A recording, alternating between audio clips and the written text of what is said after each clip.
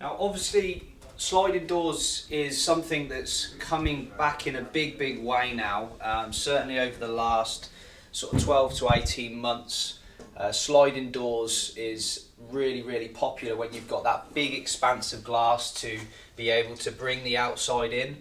Now obviously with the UK weather it can be, you know, a question mark over how often bifolds can be opened up.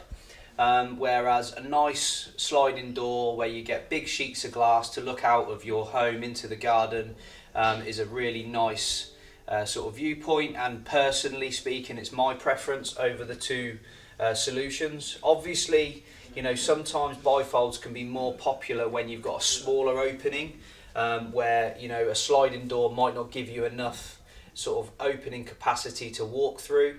But if you are working on apertures that are sort of 3 meters and above, sliding doors can be a really popular choice.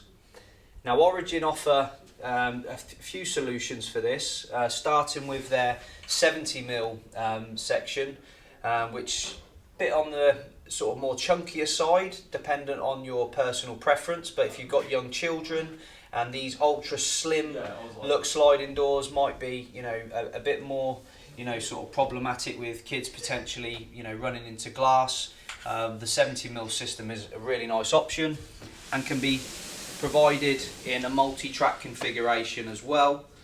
So dependent on how many door leaves you go for, you can have them all slide in a multitude of different ways. Now this is a 2-panel 2-track slider, but clearly if you had 3 tracks, all 3 could go to one end, which gives you 2/3 of the opening to walk out of. Like the windows, all can be matched in terms of rail colour, or as we talked about a moment ago, you could look to actually have a contrasting colour to the main house windows.